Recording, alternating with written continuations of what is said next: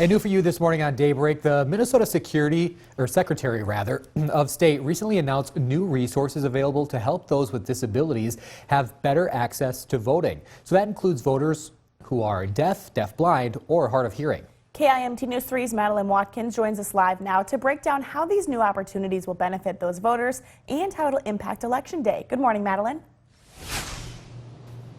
Good morning, Brooke and Tyler. In just less than 2 weeks, many people will be heading on down here to the Olmsted County Elections Office to cast their vote in person. And beginning today, for those who are deaf, deafblind, or hard of hearing, things could just get a little bit easier. There's a new American Sign Language voter hotline now available. The Minnesota Commission of Deaf, Deafblind, and the Hard of Hearing have been working with the Secretary of State for the past 2 years now, trying to get this up and running by election time. Any voter who is hard of hearing or seeing can call the hotline and have direct access to any resources they may need.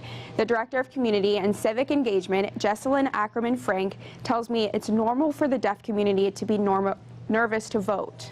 So our contractors partner with the Secretary of State to help give our folks that confidence so they can have all that information that they need to make some informed choices. And some of those are simple things like, where can I find my polling place?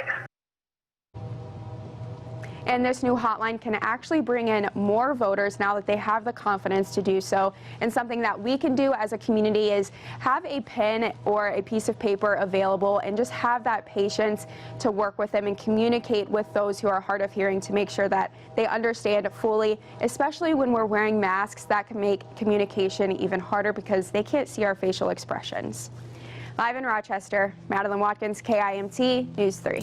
Madeline, thank you. So it's also important to note that on Election Day, some people in the deaf and blind community might have a support service professional with them, all to help them explain what's exactly on the ballot.